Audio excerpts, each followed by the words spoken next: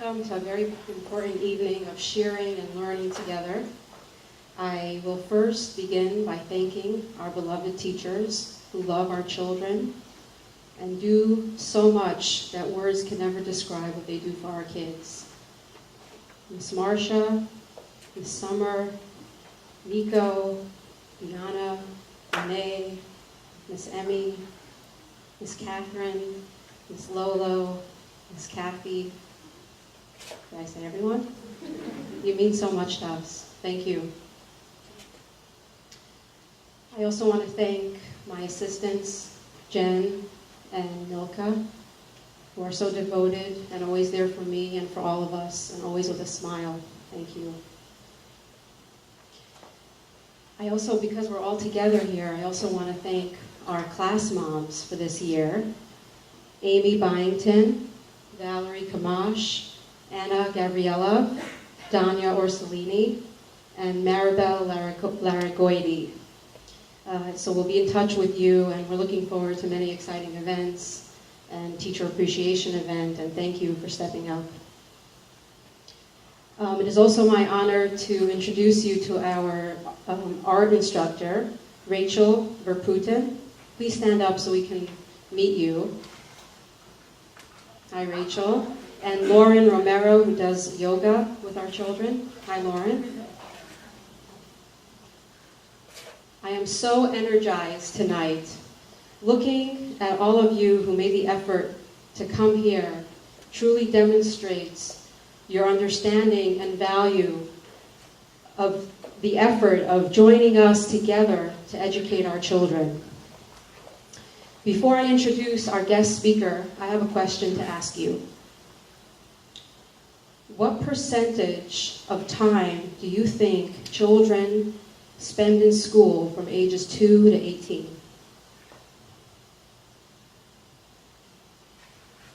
Anyone?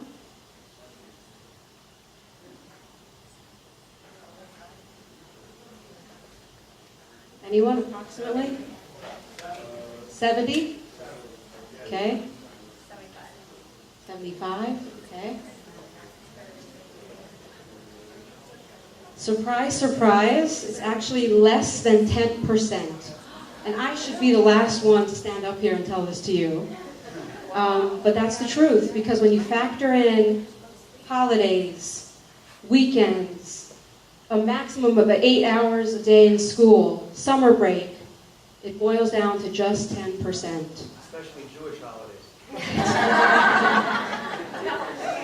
So the message is very clear that as parents, you play the most important role in educating the children.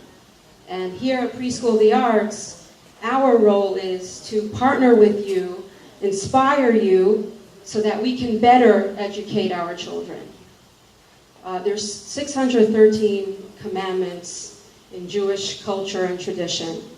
And there's one that's my favorite. And as a mother of 4, I appreciate and value, and it has an impact on my personal life in a real way.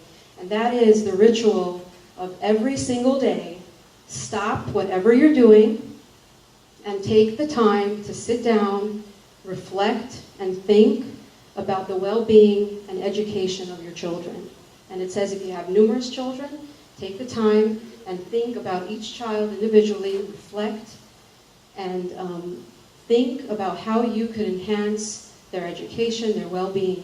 This is not about spending time with your children. That's a given, and that we all do. But it's about planning and enhancing the experiences of our children.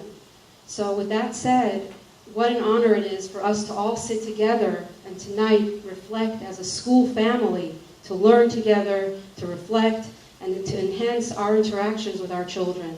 We've had Fran Katz, who came to talk with our teachers back in August, and she really inspired us, and we've implemented a lot of what she talked about. And for us to partner with you, we're very excited about that, because for the children to experience the same interactions, the same reactions, will only enhance and get us way further. In fact, the other day I was in my kitchen, and my girls, Hai and Hinda, were playing in the playroom nearby, and and I could overhear Chaya getting frustrated because she was playing with blocks and it wasn't going her way. And little Hinda, I could hear her say, Chaya, stop. Miss Kathy said that if you breathe like this, you'll feel a lot better. So this is really working, and we're so excited to share this with you and to welcome Fran back to talk. So she's as excited as we are. So welcome, Fran.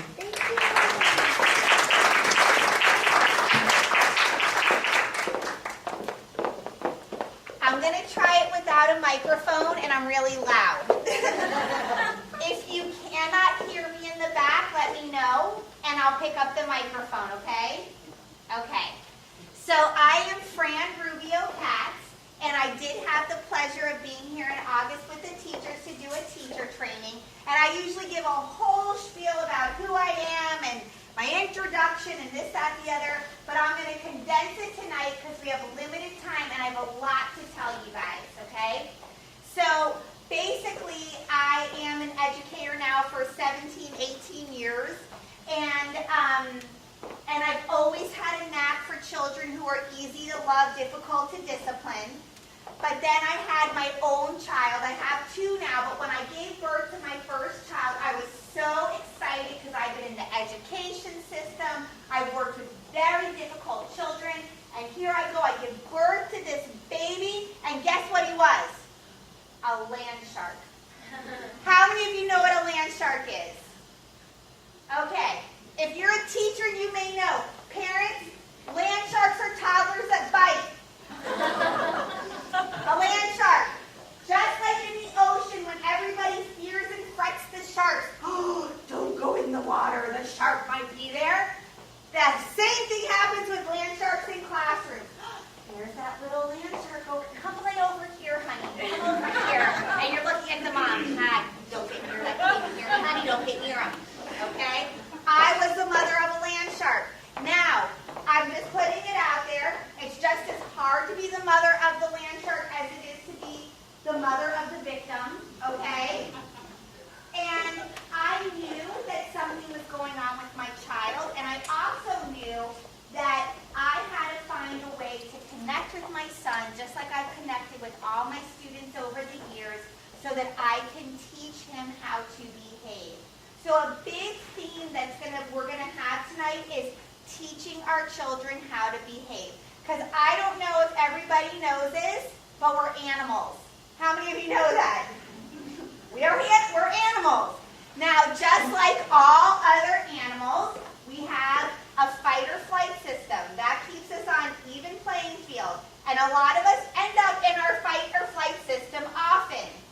A lot of us don't know how to deal with conflict. So we become like all of the other animals out there, and we go to fight or flight. And you'll notice if you've gone to fight or flight, because if you just like throw in the towel and walk away, you're in flight, right?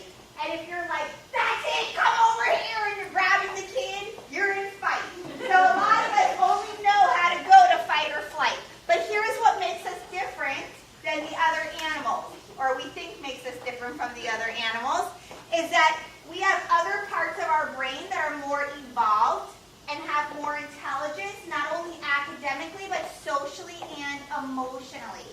So our job as human parents, just like if we were bears and we were going to prepare our children to go out in the world and know what dangers are out there for survival, we also then have the next responsibility as humans to teach our children how to get along socially and emotionally in this world. So to bring it back to my introduction, when I had my son Alex, I didn't know what was going on with him. I was a young mother. I was really scared. I thought he was going to be a serial killer. He was like biting people and punching people, and I'm like, you've never even turned on the TV and listened to my voice. Does this sound like the mother of a serial killer, right? No. And here's this child who has these aggressive behaviors, and I don't know what to do. So I call this person, I call a girl, her name is Mindy. I grew up with her, and she practices this thing called conscious discipline. And she says, Franny, I'm going to help you. She comes to my house. I'm like so excited. I'm like, did you see what he did? Did you get that? And she's like writing notes. She has like this yellow pad. I felt like it was this thick. And she's writing and she's writing.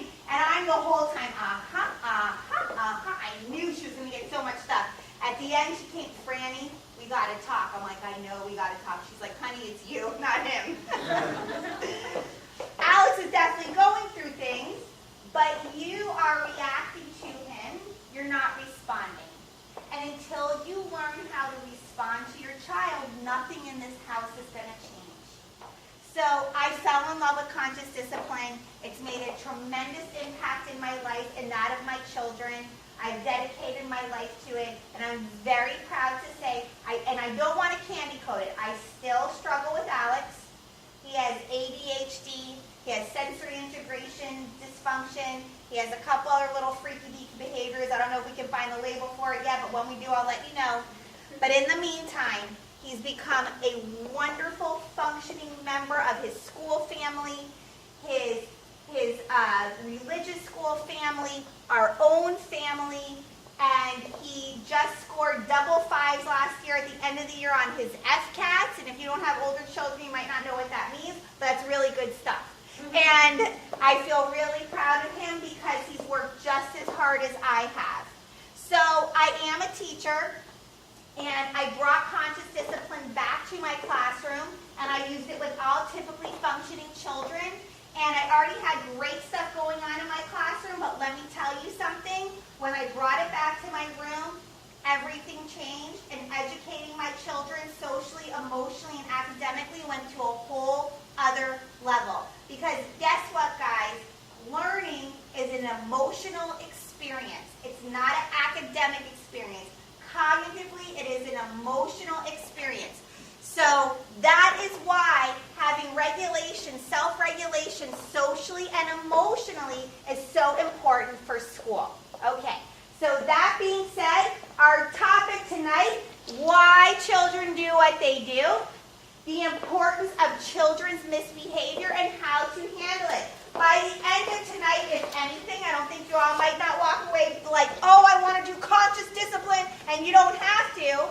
But I hope that you have a whole new appreciation for misbehavior, okay?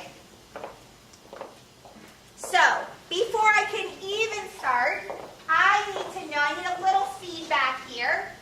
What is discipline to you guys? What do you think discipline is? Who can define discipline, or just tell us what discipline means to you? Anybody? Don't be shy, you see I'm not. Okay, an attempt to correct a negative behavior. Anybody else want to add, have a different opinion? You look like something jumped out of your mouth. No? Okay. It wasn't that, that's a great answer. Woo! Okay, we're on to something. Educating the appropriate way to behave, and that piggybacks with you. Okay. So, what is discipline? Oops, I can't click from this far. Okay, here I go. Discipline means to teach. That's the first thing I got to tell you about discipline. Discipline means to teach. Somehow, in our culture, discipline has become synonymous with punishment. But discipline, the root word is disciple, and that means to teach and to learn. Discipline is to teach, and just like I just reminded all of you, and no one ever wants to think about this, but we are animals, and our job is to teach our little animals how to get on in this world to not only survive physically, but socially and emotionally. So discipline means to teach. Now, Dr. Becky Bailey, my mentor, she is the founder of Conscious Discipline. This is her life's work. This is something she always says to all of us because it's hard to remember. Because when we are in the midst of it and our buttons are getting pushed and we feel worried, why is he acting like this? Why did she do this? She could do this last week. Why did she do this today? All of a sudden we feel cuckoo, right? And we forget. So I'm going to remind you now. And if you write this down and post it somewhere in your home so you know, discipline is not something you do to children, but it is something you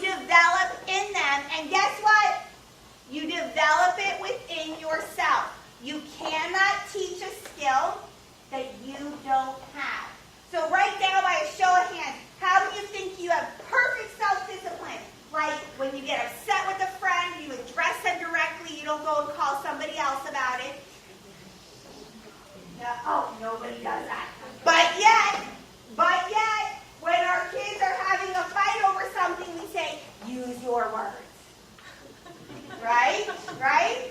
But a lot of times, we don't have the skill that we're asking our children to have. So, who here tonight is ready to commit to start living more of these things? Because what we model is what our children learn.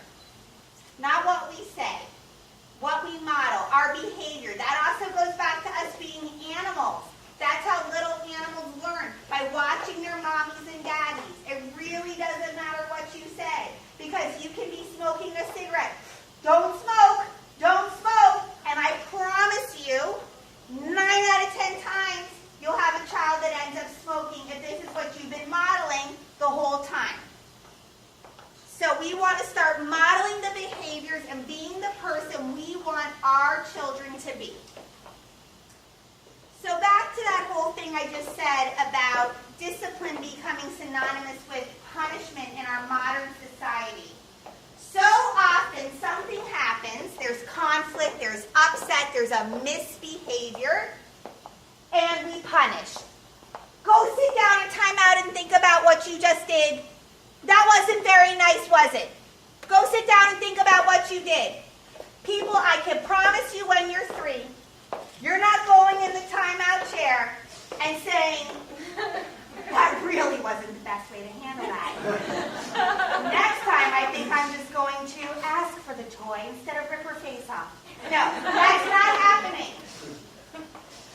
Are you ready to behave now? That is a really funny question. Because a lot of times, the children, unless they have had conscious awareness brought to the behavior, they don't know that it was a misbehavior. They are trying at this age, from birth to 5 years old, to get their needs met.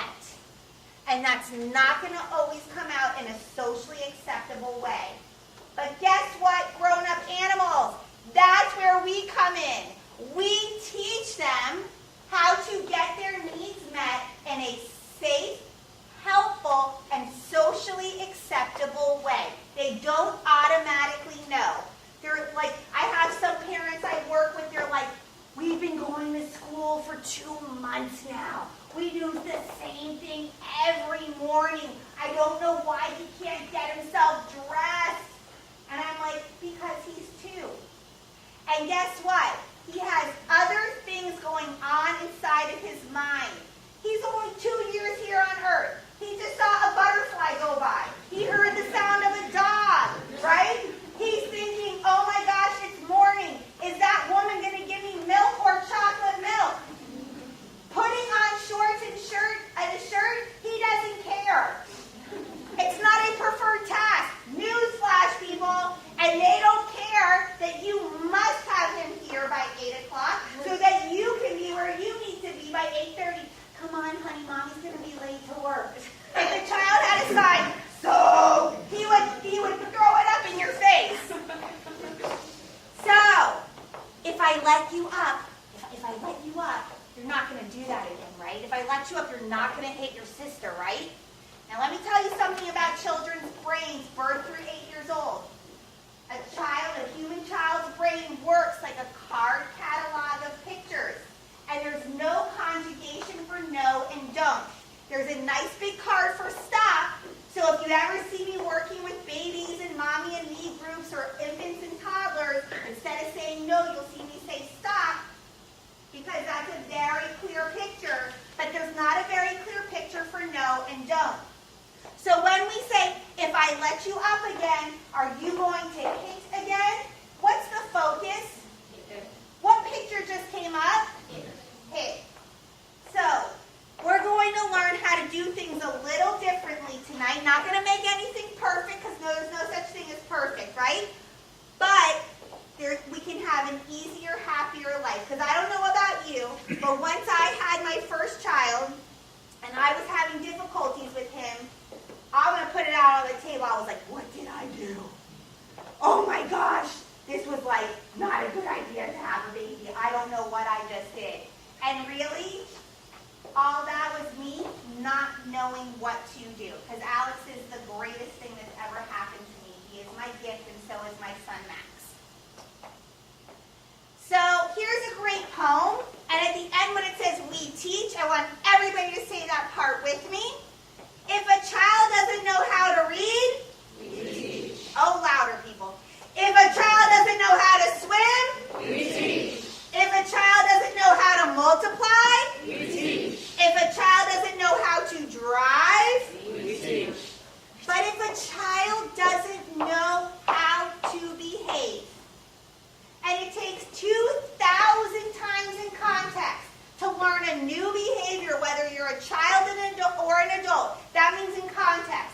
if he can do it at school and can't do it at home, there's nothing wrong with him. It's just out of context, right? But if a child doesn't know how to behave, what do? Have you been teaching or have you been punishing? Just you don't have to tell me. Just think about it.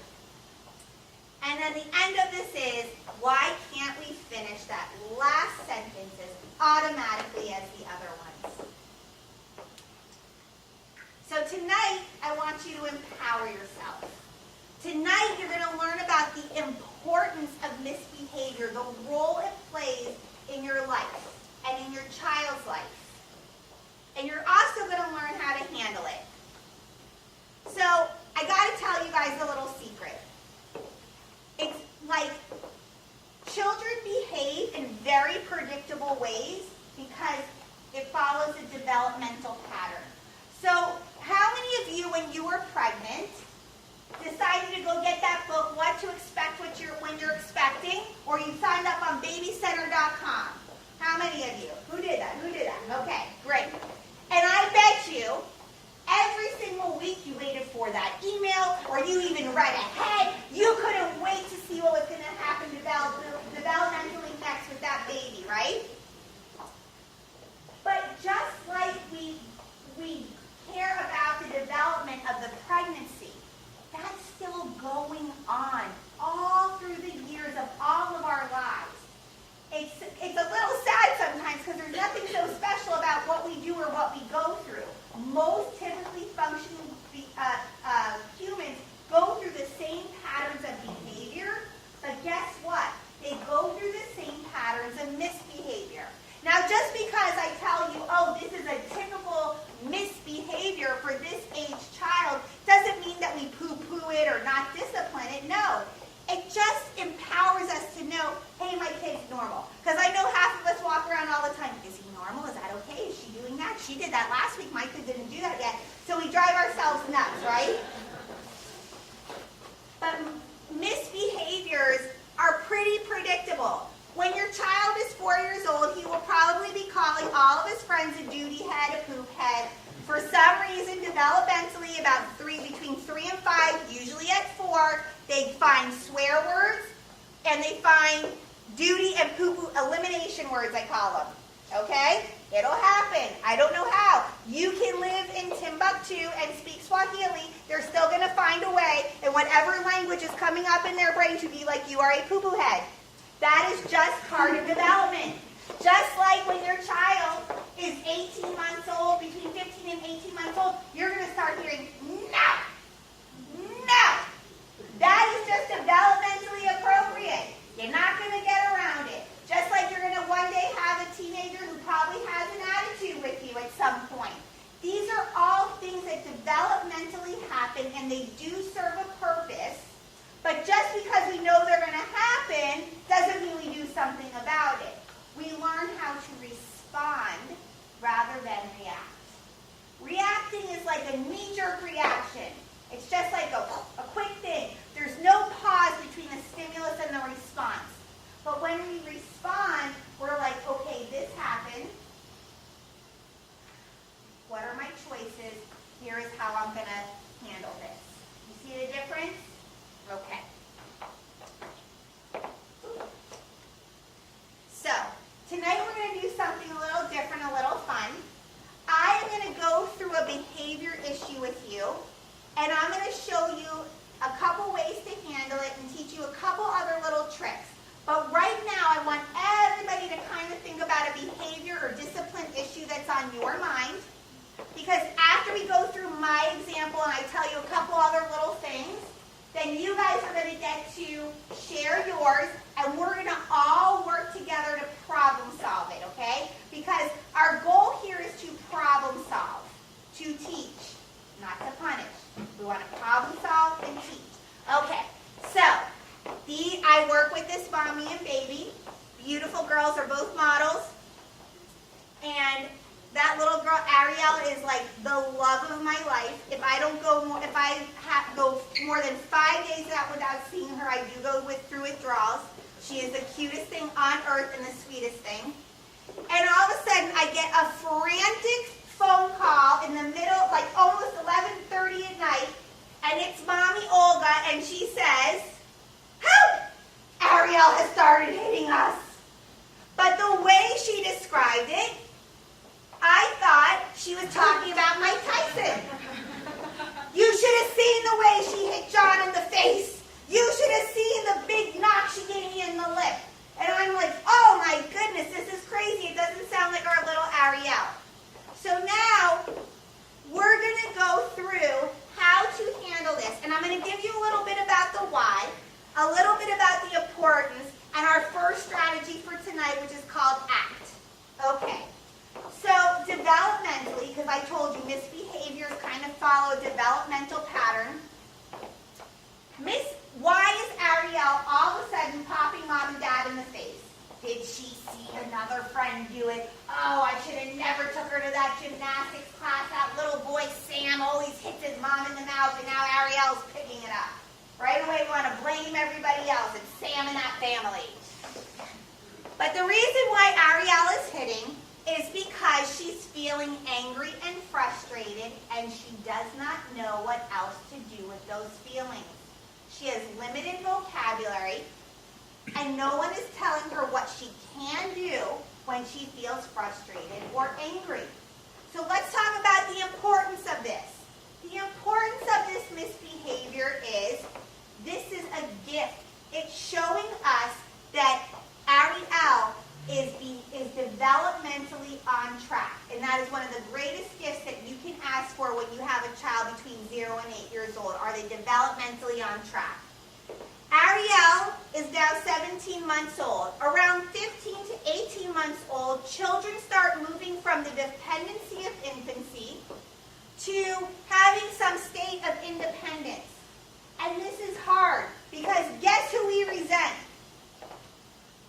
Our primary caregiver. Guess who we have to try and make distance from so we can kind of test out who is that entity? What is this entity? Our primary caregiver. And guess what? In their perception, we're messing up their testing. So, this is why we start to see children in this age start to become more aggressive, even if they were never ever aggressive before. Doesn't mean all of a sudden somebody started feeding them red dye and chocolate. It just means developmentally they're going through something. So here is how we handle something, a behavior that requires a limit set. And yes, our infants, our toddlers need to have limits set. It's called ACT. A, acknowledge the child's feelings, wishes, and wants. So that's going to sound like you seem angry.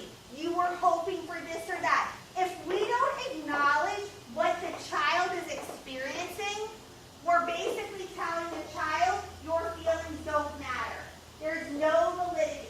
Now, as an adult, I can promise you, when you don't feel heard and you don't feel understood, there is no chance that you will be communicating with the person you feel doesn't hear you or understand you. A matter of fact, you're going to keep trying to get your point across, right?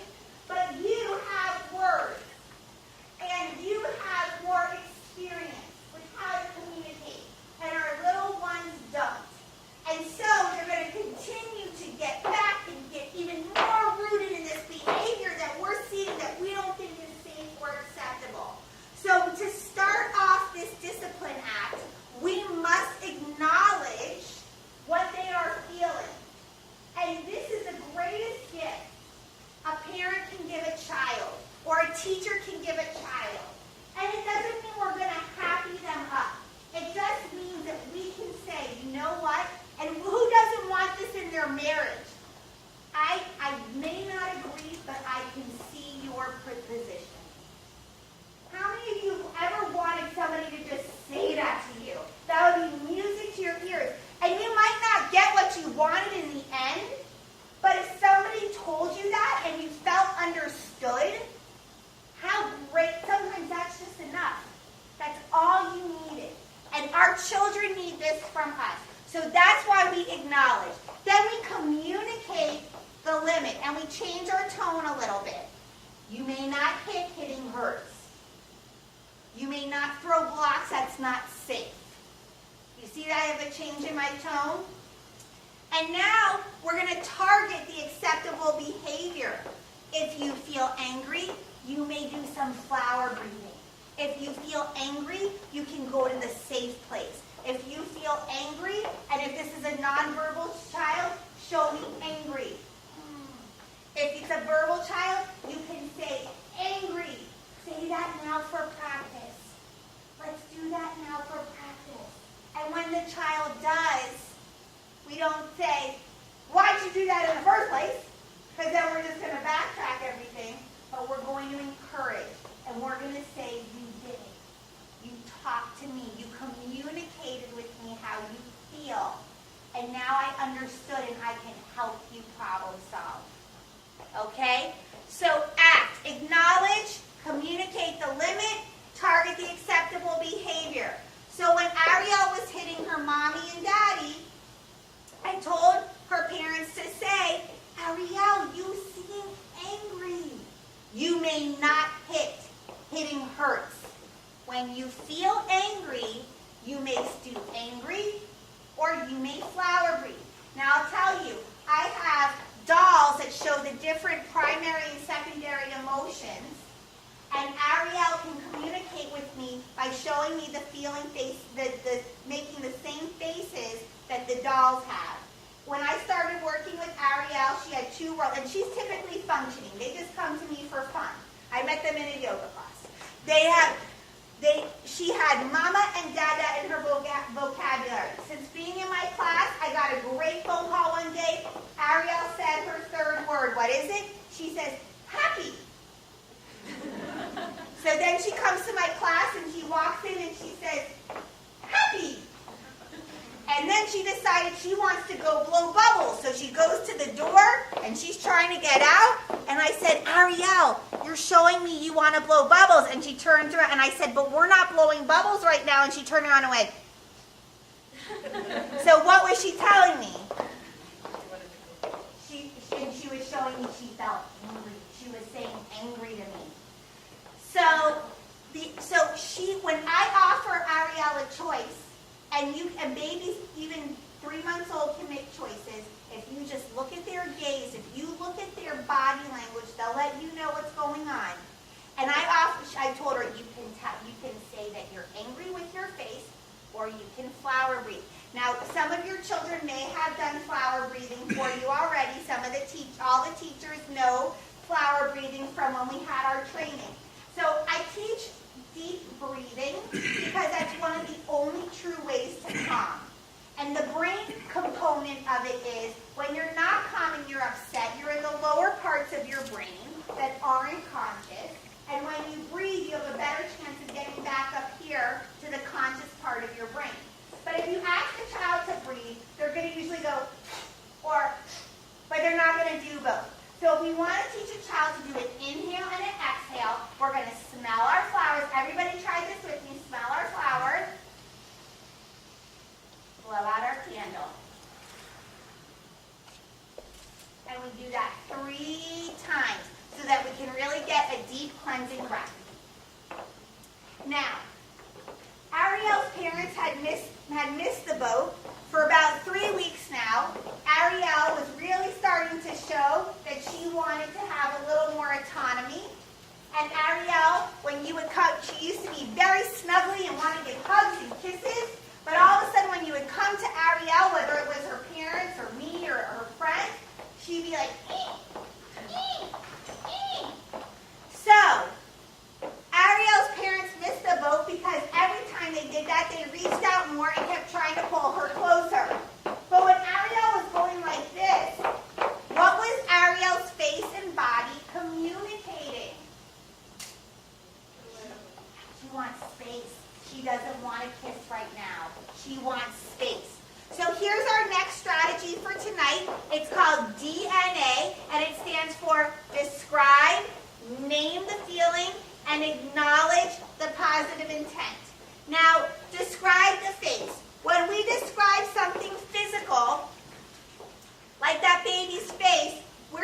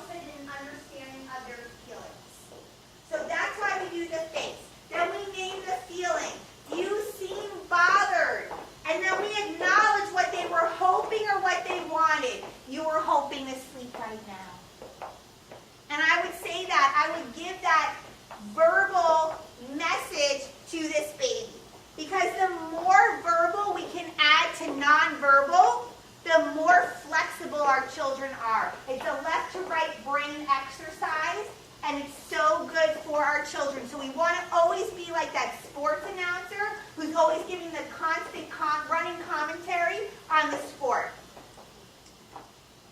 If you can't describe what you see when you start to say your body's going like this, if you can't capture it in a picture, then you're not making a description, you're making a judgment. So we won't want to say, oh, you're all crinkled up, you look so annoyed, you're over here. We just want to say your face is going like this. Now, we're going to do a little bit of practice with you guys. Because all of a sudden, I know some of you are going to get home, your kid's going to be in the middle of a fit, and you're going to be like, your face is going like this, and they're going to like throw an egg at you, and you're going to be like, oh my gosh, that lady Fran is crazy. So, we're just going to practice noticing. Right now, we're just going to do noticing. Your blank is going like this. Who is willing to pick a part of that baby's, either the face, eyes, nose, mouth, and say your blank is going like this, fill in the blank, and do it. All right? Don't everybody do it at once. So we're going to do it together. Your mouth is going like this. Everybody say it with me. 1, 2, 3. Your mouth is going like this. There you go. You did it. Okay. Who wants to pick the part, and then I'll fill in the blank for you? My nose is going like this. Wonderful. Everybody, 1, 2, 3. Your nose is going like this. Excellent. Who wants to pick a part?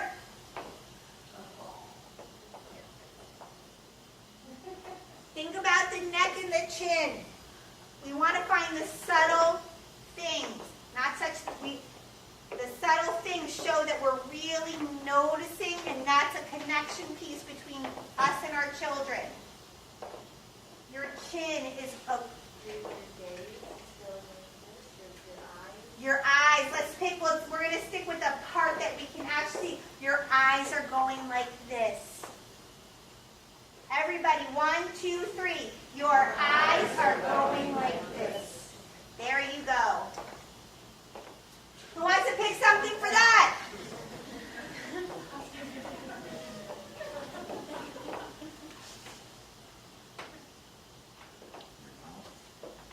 Your mouth is going like this.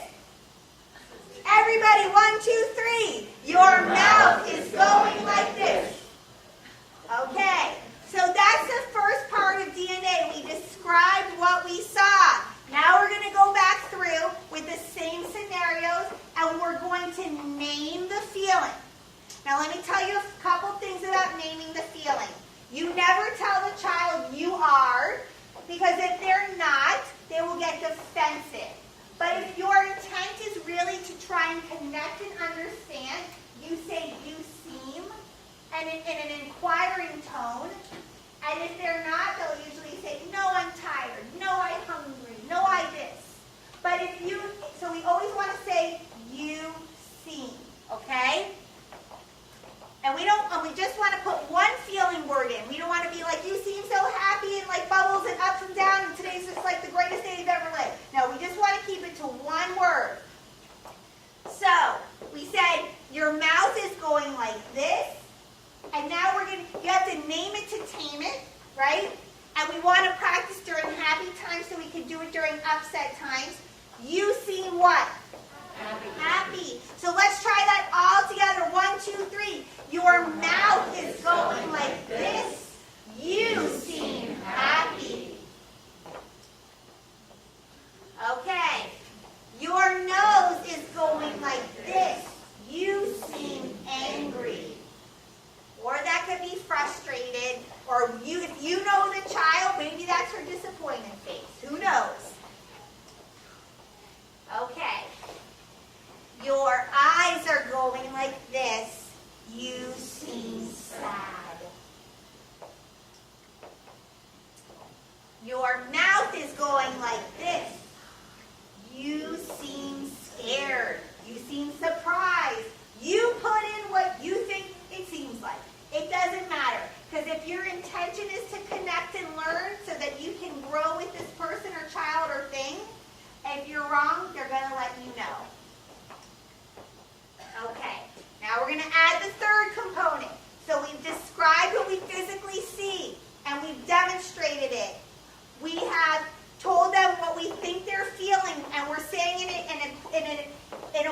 we're asking, you seem, and now we're going to acknowledge.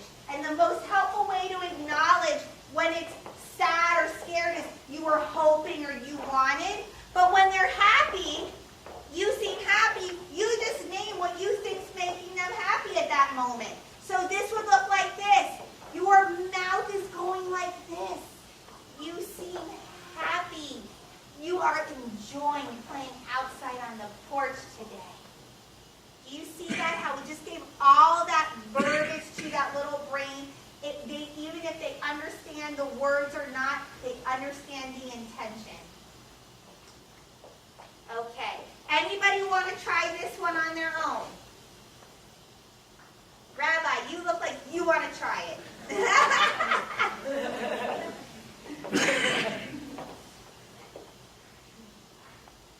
Your nose is going like this. You seem angry. You were hoping to still play with the blocks. You were still hoping to eat more animal crackers. You were hoping to use that center, not this one. We're acknowledging. Doesn't mean we're going to give it to them. Doesn't mean we're going to happy them up. We want our children to experience different emotions. If you think your job is to make your child happy, you're fired.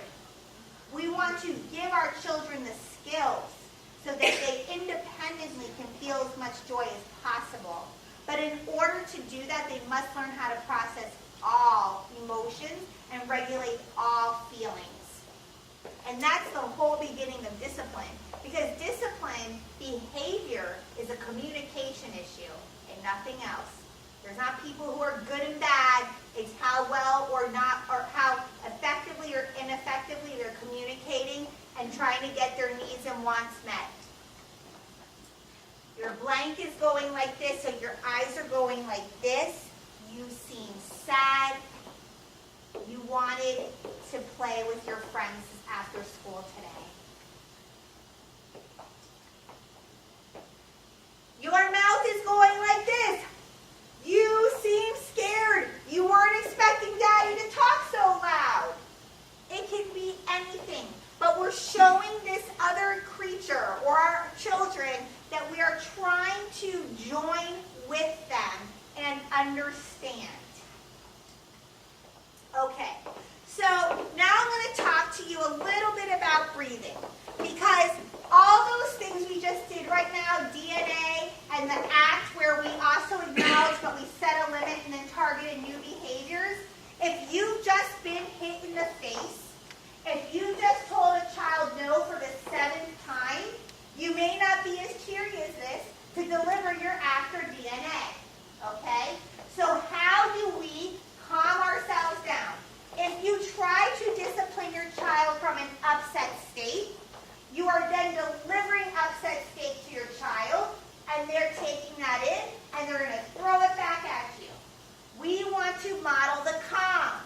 So, I showed you guys flower breathing. Now we're going to do a star breath. STAR stands for stop and smile. Take a deep breath and relax. Now I stop like this because that's a little indication to my mind as an adult to, hey, let's stop here. Let's take a pause. Let's give ourselves a grown-up time out. But when we show this tangibly to our children, it models self-control. And stopping is about self-control. And as adults, we're very intangible. But children are very tangible. So we need to try and give as much guidance and instruction in tangible ways. So we're going to stop and we're going to smile.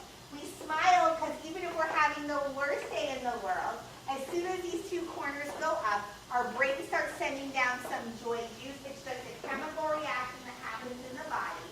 And because of mirror neurons that I was talking about a little while ago, when our children see us smile, they usually all of a sudden start smiling. And then they have joy juice coming down. So there's a greater chance there's going to be more success with the discipline encounter. So we stop, we smile, we take our deep breath in, and we relax. Now a lot of your children may be coming home doing the balloon. That looks like this, and we added a pop to the balloon. So it can be a little different than I taught you. So we go like this.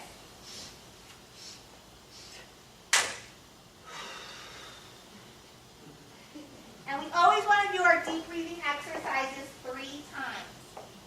We have a drink. Drain is great for anybody who's feeling very angry. We take our hands, we put them on the hot and cold faucets, and we turn them on at the same time.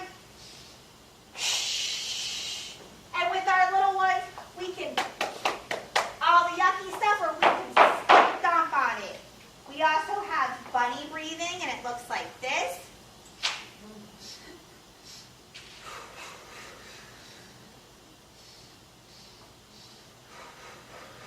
If you have little ones that don't have that motor skill yet, you can do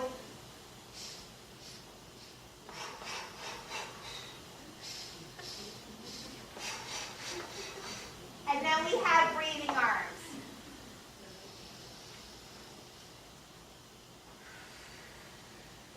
And we have breathing arms with a partner. Would you be willing to be my partner?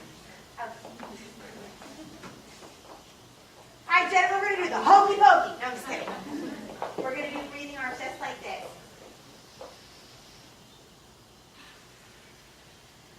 Thank you. So not only did we get our stress disengaging technique in there, an activity to calm, but we also just had connection. And connection is the next thing we're going to talk about. It's 8:30. I know people are sleeping. Okay.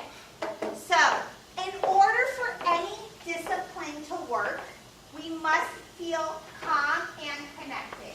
How do we get calm? We get calm through structure, through the routines of our day. And because children learn in pictures, the more visual representation we can give, either through photographs, clip art, or acting like an airline stewardess or flight attendant, okay, the better we're going to do. Once we offer that predictability and that structure, that's where calm comes from. If you know what's going to happen next. If somebody's talking to you and you know, today we're going to go to the bank and then we're going to go to the post office. And if mommy made a little thing, where are we going now? We're going, pretend you don't have a schedule. Where are we going? The bank. How long are we going to be at the bank? Why do we got, I don't want to go to the bank. I don't want to go there. And now you're going to take me to the post office? But what if we said, we're going to go do some errands. We're going to go to the bank and the post office. Who's willing to help mommy make a little schedule of our day?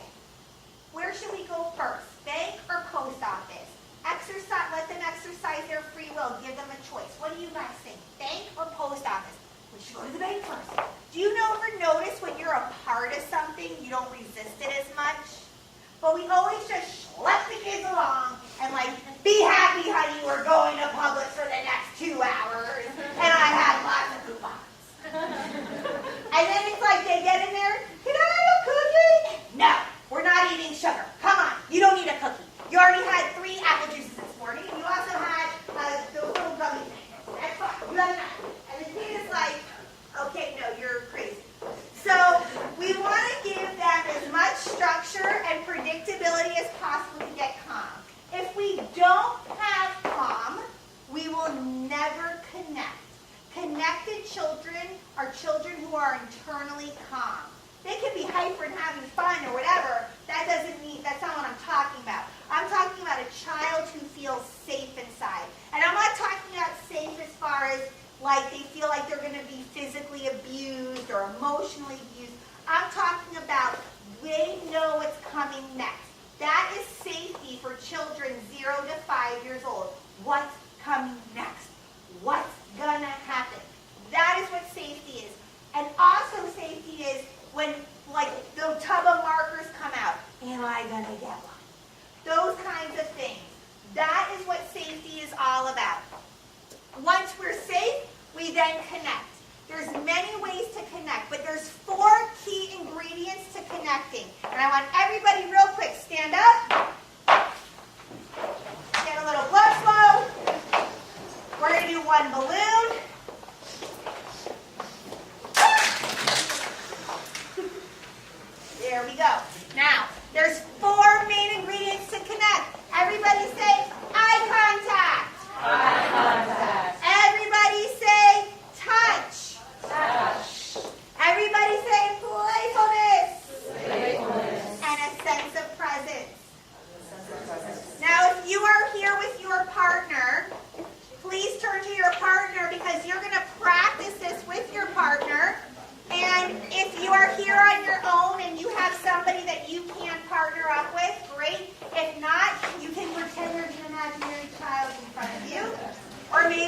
people really see that by this time of time. I know I hear voices. I always hear, Mommy, and woo. Okay, so here is an I love you ritual. It's called Twinkle, Twinkle, Little Star. And I'm going to, is there anybody who doesn't have a partner who's willing to be my partner? I don't bite that hard.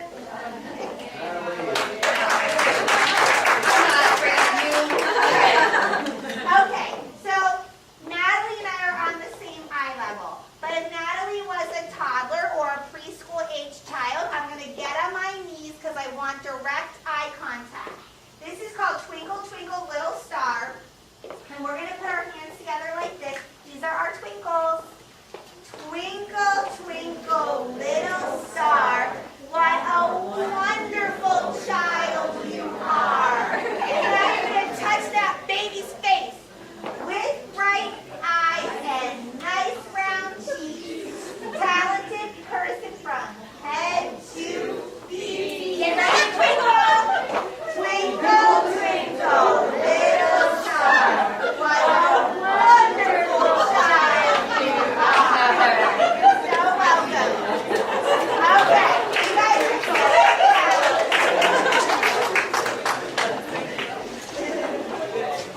And if you guys are ever interested, I have 75 more of those. So if you ever want to do a connection thing, we can do it. And here's a wonderful poem because even though we're trying to do our best, we're all going to make oopses, right? But that's okay. And oops is an opportunity to problem solve, to reflect. You have to be a conscious person to reflect. You have a choice. I'm the worst mother. I messed this up. I'm the worst father. I can't believe I did this. Or we could say, that wasn't my best job today. What can I do next time so it's a little different? Right? So when we have those oopses, a wonderful poem, and I'm going to send this PowerPoint to you, and so you can send it out to everybody, and I'll also send this poem out. There's a wonderful one, and I send this, and I say this to my children almost every single night, and it goes like this. Sometimes I fuss, sometimes I worry, sometimes I yell, sometimes I hurry. All is not lost, everything is fine. I love you so much, it's snuggle time. And then we hug, and we read a book together, and it just is so reconnecting. And there have been times when my children have all of a sudden said that to me, and I just melt.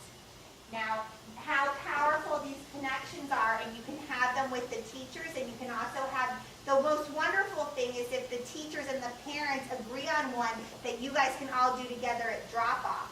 That's a really helpful thing to do.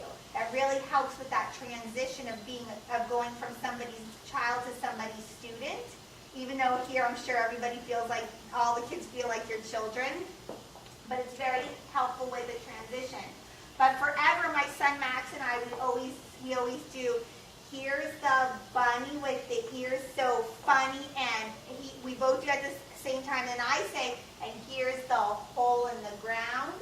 With the noise he hears, he picks up his ears, and then he jumps in my hole in the ground. So Max decided he wants to take an acting class. Max just turned 8 and has a voice like this. And he's up there, and he's like a pirate or something, and he's there, and he's frozen, and he's not moved, and like the whole play's been going on for about 12 minutes now, and I'm like,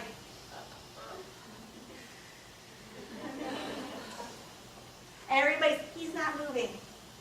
I didn't notice that. And I just look at Max, and I just went like, I said, okay, Fran, you're freezing because you feel worried about him, but that's not helpful. Look at him as capable, breathe, be a problem solver. And I looked at him and I went, and he went, and he got up and he finished the play. Yes. Now my older one who has his sensory stuff, he doesn't like all those things, but there is one that he loves, and I call it making him my burrito.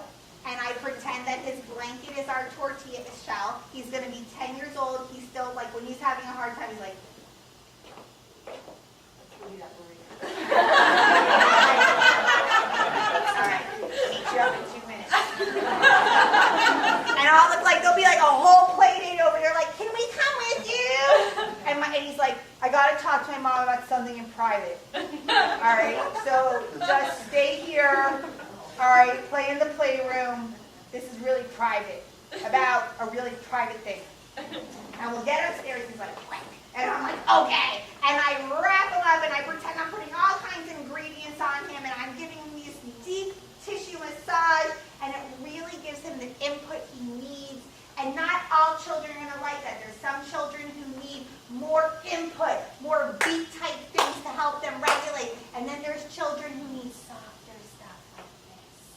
But you know your children, and you have to see what resonates with them. And all these things can be done in any of those ways.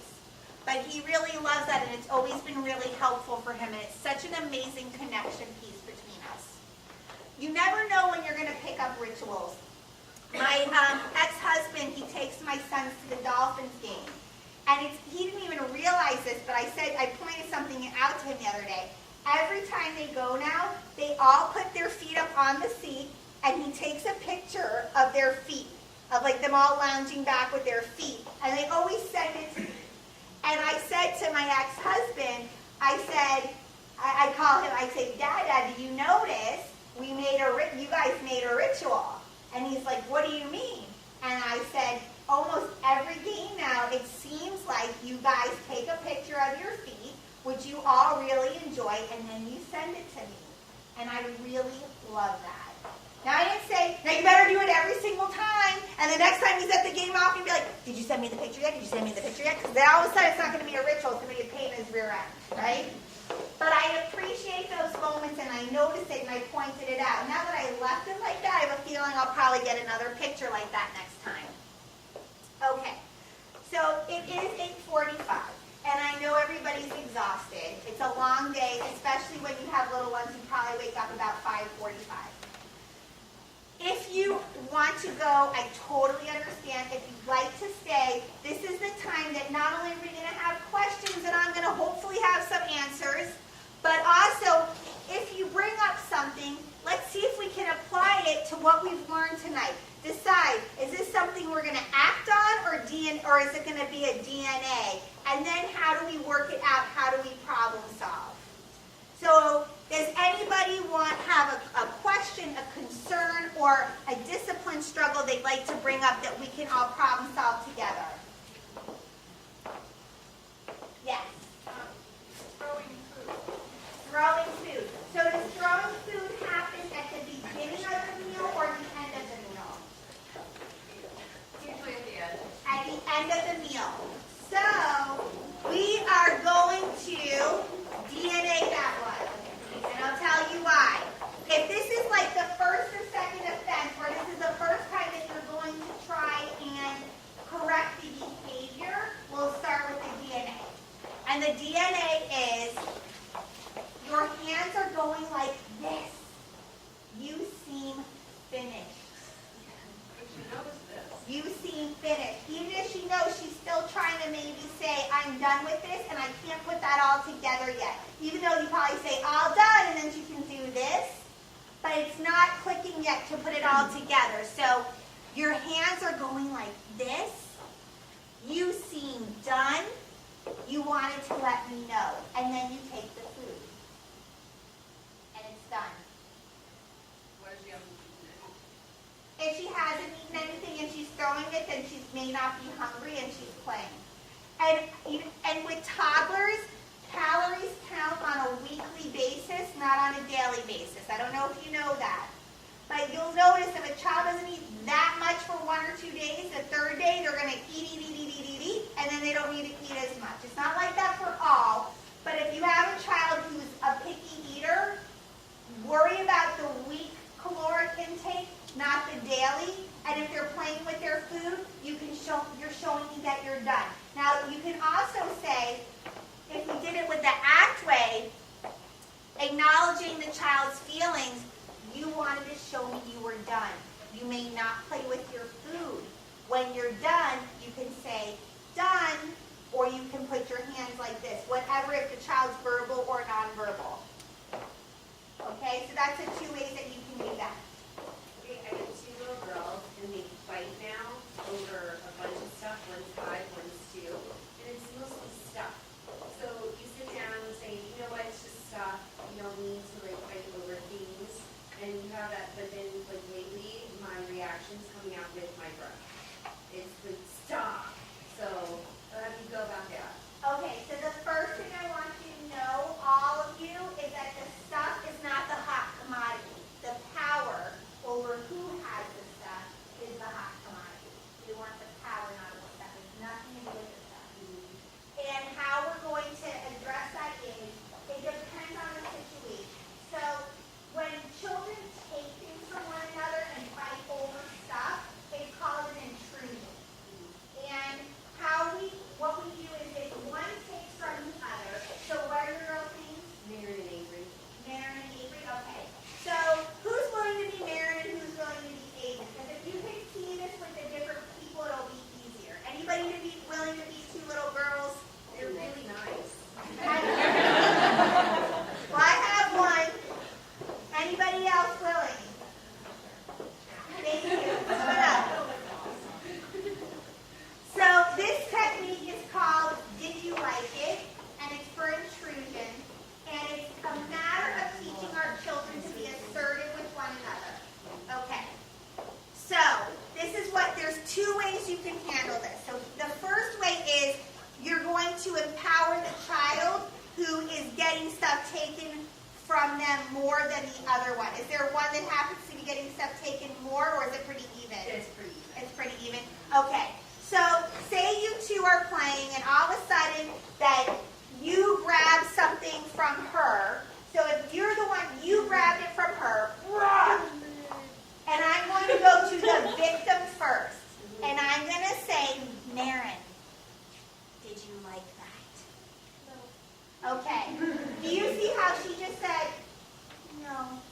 Is Maren telling me that she's feeling assertive, that she's aggressive, or she may be a little passive? She may be feeling a little passive. That is why I asked her, did you like it? And my intention is everything. So I'm like, did you like that? Well, you better go get it. No, that's not what my intention is.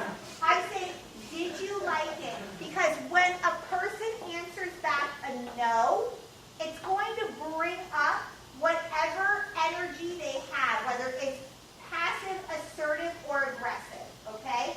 And when I hear what that energy level is, I'm then going to know how to handle it. So if Maren is passive, I'm going to practice with Maren before I send her back to the wolf, and I'm going to take her with me. I'm going to go with her if she's passive, and I'm going to say, that makes sense you didn't like that. Let's go tell your sister how you want to be treated. You're going to say, I don't like when you take that, give it back. And you're going to open your hand like that. Give it back. There you go. So say, I don't like that, give it back. Practice that with me now. I don't like that. Give it back. Well, all of a sudden, Maren became quite assertive. But let's say, which is like, oh, you don't like that. Look at me. Maren, make your voice match mine. I don't like that. I don't like that. Give it back. Give it back. There you go. Now we're going to go talk to your sister.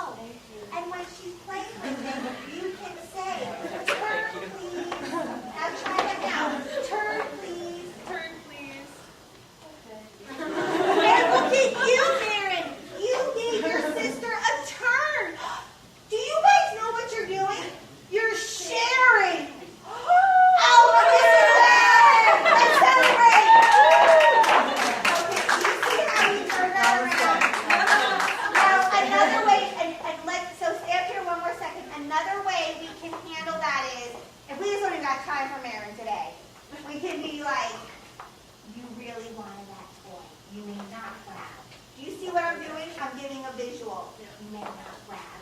When you want a toy, you say, turn please. Do that now for look at you. You opened your hand and you said, turn please.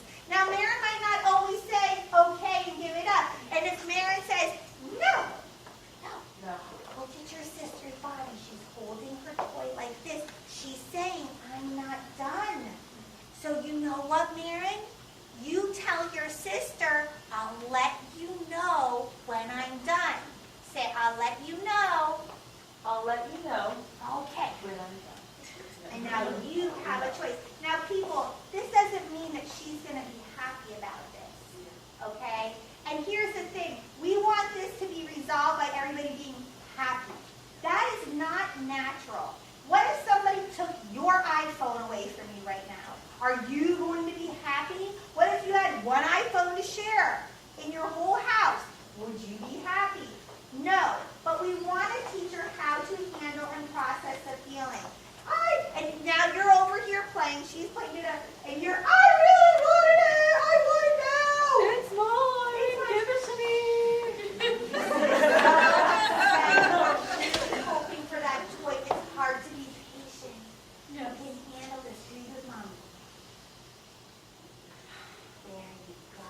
We have a choice. You have a choice. We can wait over here, or we can go over there and play with another toy. Which do you choose? Let's go get another one. Oh, we're going to get another toy. And we go, okay? But here's important. I'm not doing it to distract her. When she's done with the toy, and what's going to happen is she's not going to bring the toy back to her, because she's not going to think of it. Because when she puts it down, it means her brain is like, oh, another toy. Okay? And she's not going to be like, I must now go back and give it to my sister, because I told her I would a couple minutes ago. That's not going to happen. But when we see the toy, we're going to say, you are all done. You have a choice. You can bring it to your sister, or Mommy can. Which do you choose? I'll bring it. Oh, you're going to bring it. Oh, go ahead and bring it. And look what just happened again. We shared. Good. That's it.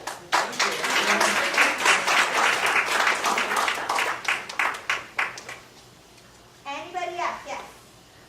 I have an 11-year-old boy and almost a 4-year-old girl. And with my 11-year-old, I used a book. It's called Today I Feel Silly and Other Moods That Make My Day Uh-huh. by David Lee Curtis. And it really helps. That's a great book. Right?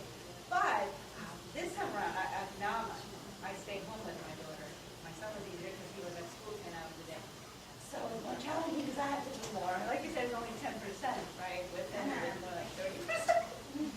But I thought I was making a mistake by saying angry. The word angry, I thought it was a no-no.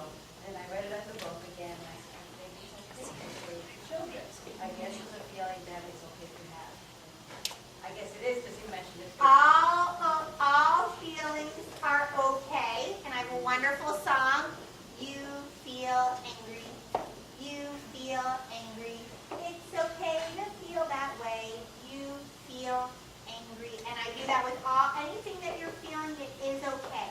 You are allowed to feel anything you're feeling, but you have a responsibility about how you express it. So you may feel angry, but here are safe ways to show our anger. And this is a great thing to do in the classroom or at home.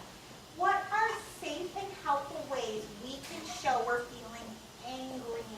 We can drain. We can make an angry face. We can breathe.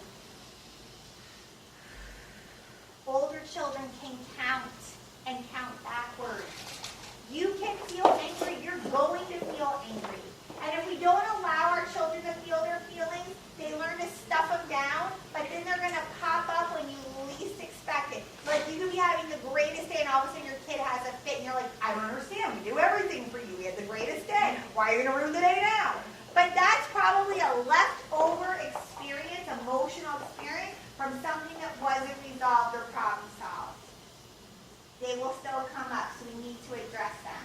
And it's okay.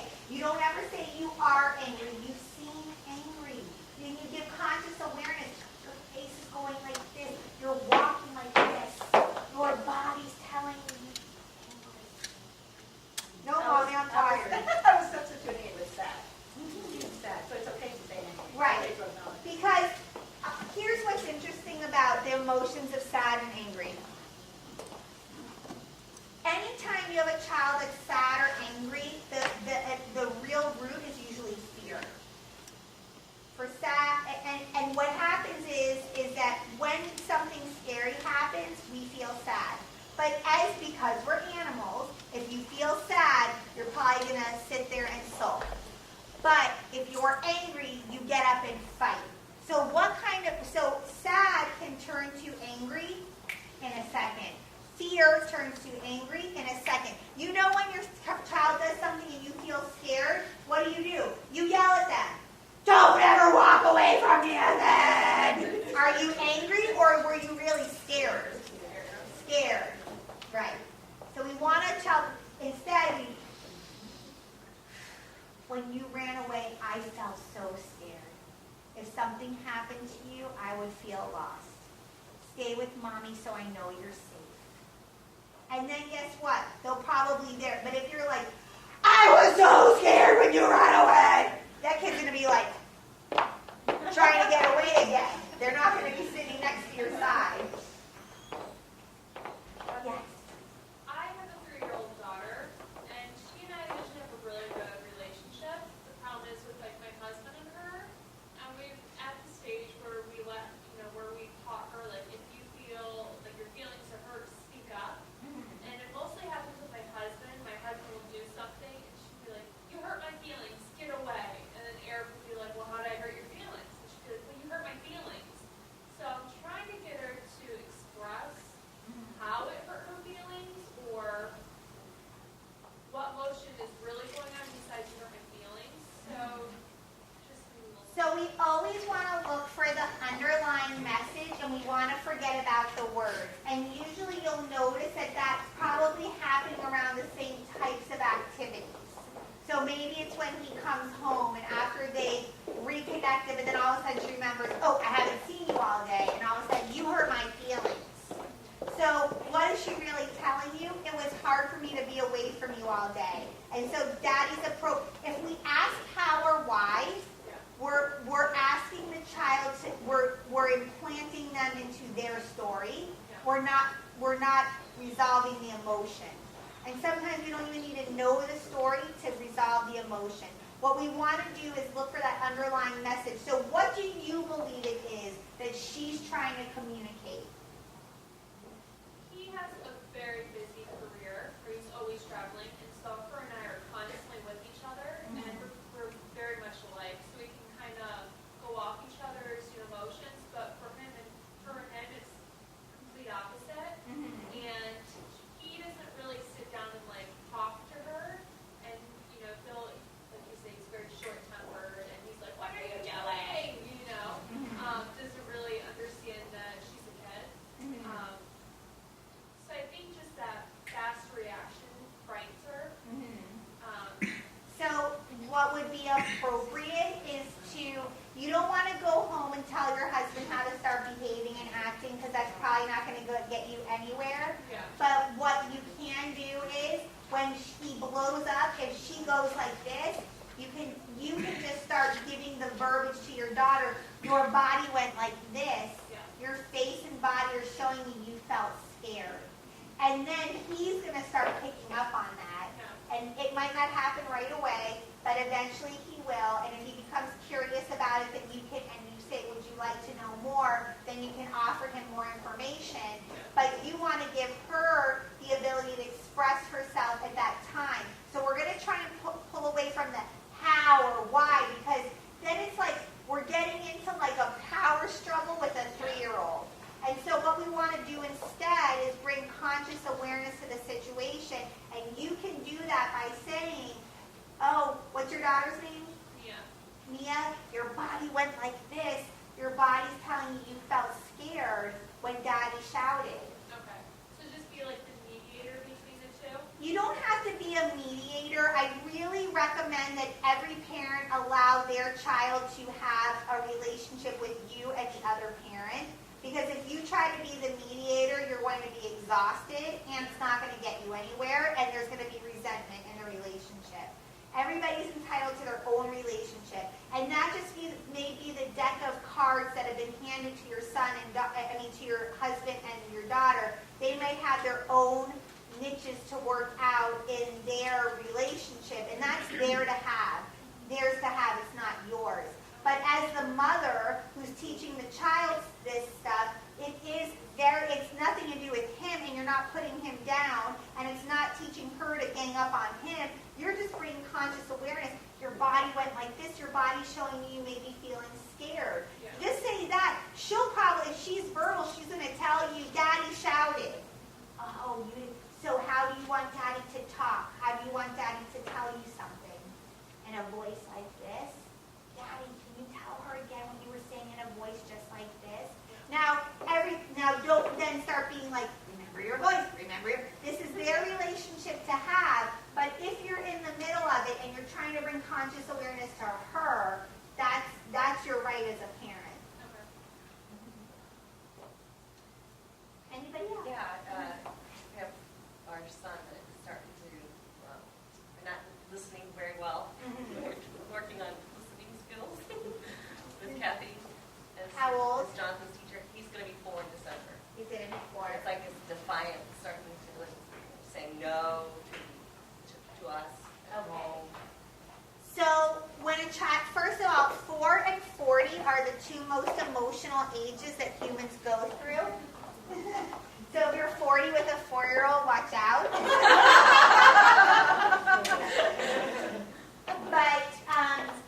But what happens is there's 2 kinds of opposition. There's developmental opposition, where a child's just kind of trying to find the boundaries of where you end and they begin, and you can tell what that kind is. And then there's sometimes a child's having, like, I don't want to say it's crisis, but maybe they've gone through something emotionally that we are not aware of, and because you can be like, I give my kid the best, like, I don't know what it is, but it could be like something that we don't even know how they perceive it. A new sibling. A new sibling, always. Is there a new sibling? That's what it is. So here's a great thing for new siblings.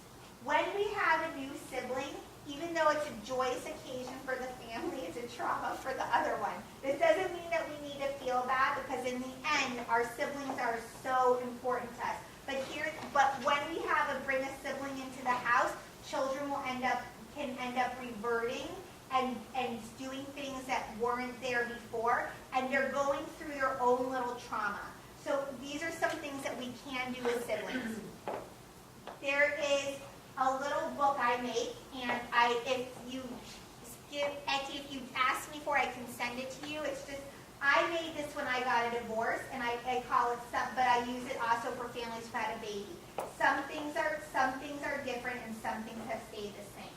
So we want to review the things that are different. So what's different now? Things are a little different in my house right now. There's a new baby, but some things have stayed the same. My mommy and daddy still love me. Some things are different in the house right now. The room that used to be the playroom is now my sister's room or my brother's room, but some things are the same. My room's still my room. Whatever applies to you guys, make it a simple social story. It's called a social story. You keep it very simple, and you take lots of pictures, because they're going to resonate with the visuals of the pictures more than the words.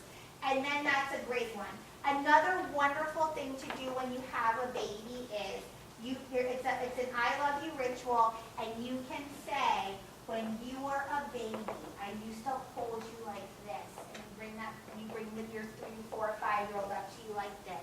And when you were a baby, you had a bottle, or you drank my milk, and you used to suck it just like this. And you make it something silly or cute or funny.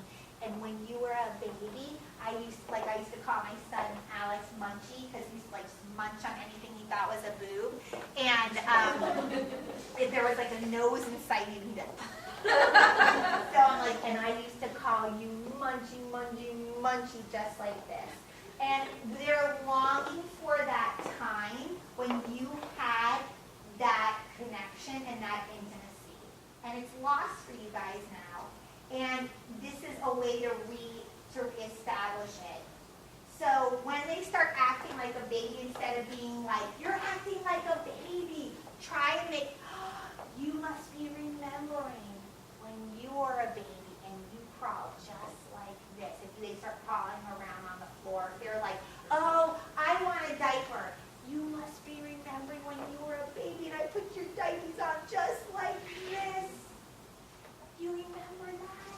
Tonight when we go to bed, we're going to play our baby game. It's hard when there's a new baby. It's hard when you feel like you have to share mom. I hear you. I love you. When I had my daughter, my son was 7. I was surprised that he gets it. He was old enough to explain this to him like this, because he said, love is not pizza. Because I give a piece to your sister doesn't mean you have less. So we made it into that visual for him, and he got it. Well, that's wonderful that you got it, because some children, even at 7, might not make that cognitive leap. It's very much like, I'm longing for this time, and I want to have that time with you. And at 7, there might not be as much of a need. When they're 7, it's more of an annoyance, like, oh, now we have this baby. So you're taking away from, like, like what's going on in the classroom, or like with the simple things like, okay, he's trying to wash your hands. No, I don't want to, Because he's trying to, right now, he feels like he has no control. Yeah. And he's trying to assert his Everything. control. So we're going to start giving him choices. He's going to start giving him more choices so that he can feel more in control. And another really great thing to do is, I don't know if in the classrooms, did you guys make friends and family boards? Do you have pictures of the kids and their Families. the family pictures? Yes. Okay. So, and did you guys do a celebration in the classroom about him being a big brother? Okay. Just try to hear all. Okay. That's a good idea. That's something Like we to celebrate birthdays. Right. Exactly. And there's all kinds of celebrations, tea celebrations, pet celebrations. Like in our school family, we try to share it. But what I would do is that right now, children who need the most love show us in the most unloving ways. So instead of punishing him right now, doesn't he want to go take him to Toys R Us and get him Right. extra things? But we're going to give him more direction and more love. And if it's time to wash his hands, instead of just calling out, it's time to wash your hands, we're going to come over, we're going to make the eye contact. There you are. It's time to wash your hands. You have a choice. You can go to the sink like an airplane, or you can go to the sink like a bunny. Which do you choose? I'm going to go to the sink like a river run. And then all you say is, you chose a bunny. Because you're helping him see that he has control. When a child has controlled choices, they feel very empowered. We're honoring their free will. Right now, when a child has a new sibling, they feel very out of control, and he's trying to overpower. There's self-power, which is a regulated person. There's overpower, when you feel out of control and you feel like the only way to regain control is to control your environment. So that's what he's doing. And then there's underpower, and those are the other kids on the opposite side. What can I do to please you? What can I do to make you love me? What can I do to shine in your eyes? And those are, that's underpower. So right now he's experiencing overpower. Doesn't mean he's always going to be like that. You're going to nurture him, and you're going to have structure with him. Structure first, nurture second. Make many more predictable schedules. Try to put a time each day that it's just a time for the two of you. And put it in a visual context. Yes. Thank you. Well, you kind of addressed what our question is. Our 4-year-old is an only child, so there is no sibling rivalry or anything like that. But he has, I think the biggest complaint we would have is that he is ignoring us or tuning us out. So, and of course, we know, we should go to him and get his eye contact and ask. But there are times when you've got your hands in the sink and, Christian, do you want, juice or water? And, nothing. Christian, do you want juice or water? And so I know that I should probably turn the water off and go over to him. But I guess, would you say that that's kind of wondering what? And even when you go there, Sometimes like you really have to go. Today you did go to him and it was like,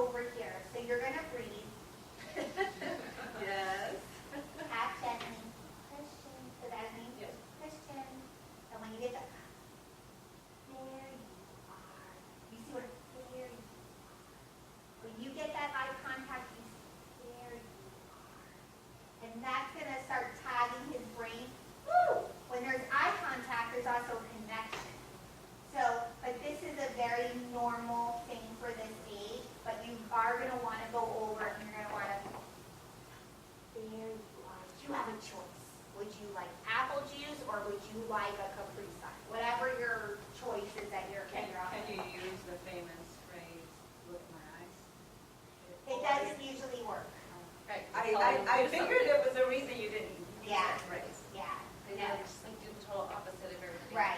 Anything you ask. Especially if they're feeling oppositional for developmental reasons or for emotional or behavioral reasons. When you give them something, they're going to be resistant. And you want to see, even though we are in relationship with our children, we want to take our relationship out of it. So when we make it like, you need to look at mommy, look at me, I look at you, and I call your name, me, you're what? Nagging. It is nagging, and you're putting your relationship in the way of it, if that makes any Yeah, sense. yeah. So, yes. I have a question. It's almost kind of the opposite, but I have a son who's 6, just turned 6, and he's really shy. And so when I put him to bed and stuff at night, he can speak, he can read, he can do everything that he's supposed to. But when I take him places, he's like a bam, and he sounds like a babbling baby. And it's really embarrassing when you're out with people, and my perfectly fine 6-year-old can't put 2 words together. And both my husband and I get really frustrated because he's a smart kid, but you couldn't tell by looking at him when you're out because he's so shy, and he hates you. So one question is English is first language. Okay. And second question, and the second thing is not a question, it's a statement. So here's the statement. That which you resist will persist. So if you are visibly feeling embarrassed and getting frustrated with him, he's already getting in the lower centers of his brain for some reason. If he's shy, he may have a social anxiety, which isn't, he can outgrow it, it's not a big deal. But it seems like he's having some kind of social anxiety. So when he goes out there, and then when he's on the spot like that, and then now he's already in the lower centers of his brain, and now you guys are getting frustrated, and even if you don't say a word, he will feel your energy, because communication is 95% energetic. It's only 5% the words we say. And our energy is going to make our body look a certain way, and our words come out a certain way. So if our energy shows that we're frustrated, or we're giving him a signal of not enoughness. This is not, you're not enough right now. This is not okay, and now we're angry and we feel embarrassed. So instead, try having some empathy. And empathy doesn't mean happing up. It means just reflecting enough to be able to see from his point of view and to bring him conscious awareness, even if you don't agree with it. It's accepting the moment for what it is, not approving of it, but accepting it. Until you accept that he's having this social anxiety, or you don't know, maybe there's something sensory going on. Maybe when there's too much commotion, maybe he's so focused cognitively on taking in information that the thought of talking, it's just, that's not where the energy is going to be. Unless I was to observe him, I wouldn't be able to tell you, but it's a much deeper rooted thing than the obvious that he just doesn't want to talk in public and now he's embarrassing you guys. So what you want to do is bring conscious awareness. So when you go out in public, you want to start breathing, and you want to role play at home. Let's pretend that we're at the grocery store, and we see our friend. What's a way that you can let a friend know that you see them? Just start with little simple things, and then celebrate small successes. If you go somewhere and he gives a wave or he says a hi unsolicited, that's a huge leap, and then the talking will come. So I would just practice a lot of deep breathing and say, it seems sometimes when we're out that you don't really want to talk. And then you just hear back what he has to say. Because a lot of times we start saying, well, you know all these things, and I don't know why you're not saying it. And if you know it, you should be able to say it. But there's a really interesting exercise that researchers have done. They go up to adults, and all of a sudden they shock them, like they'll be like, "Bah!" and like that, and they'll, what's your mother's name? And the people can't tell you your mother's name, your own mother's name. Now here's the thing, you're not doing that to him, but his body is going into that fight or flight reaction, and now you're asking him to speak. So he's going through that same sensation, if that makes sense. So you want to work with him, you want to start practicing self-regulation, deep breathing, calming techniques at home, role playing,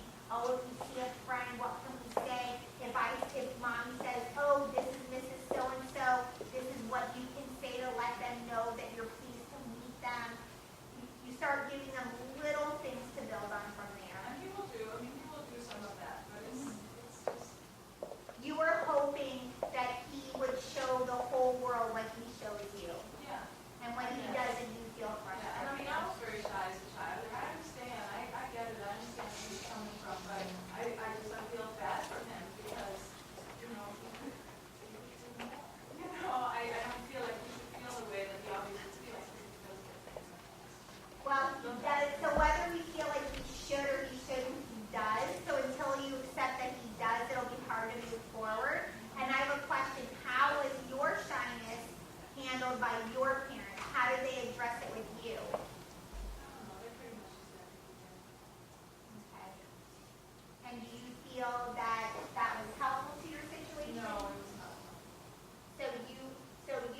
So looking back, it seems like you were hoping that they would have pushed you more to be more outgoing. And it seems like you may be worried that you didn't have as many experiences as you could have had because you were shy and they didn't push you. Okay. So what I'm hearing is that you had a very similar experience to what you believe your child is experiencing, and you may be putting a lot of your own feelings about this onto him. So, and I know that, see, what people don't understand, what we get upset about with our children is usually things we're upset about with ourselves. So, for you, you felt that being pushed may have been helpful, but you need to see what's going to work for him. And you're not going to ask him, oh, should I push you, shouldn't I push you? That's not a conversation you're going to have. But if you start, so you notice when you pushed him, it hasn't worked and been helpful. So now let's see if you start encouraging him and acknowledging how he's feeling, but then giving him some other behaviors to work with, if that's helpful for him. And if that is helpful for him, then that's the way you should move forward. And if that's not helpful, then you try other things. But you find what's going to, when you see him progressing, but out of growth from love, not because it's fear and he's trying to be in compliance, then you know what's working. And on a side note for what he said, this is going to sound funny, but it's not. But my husband, he does have like an ADHD where he gets like really overwhelmed by a lot of things going on. He can't focus on what he needs to focus on. When like to take me into a bar is like, woo, you know. I mean, but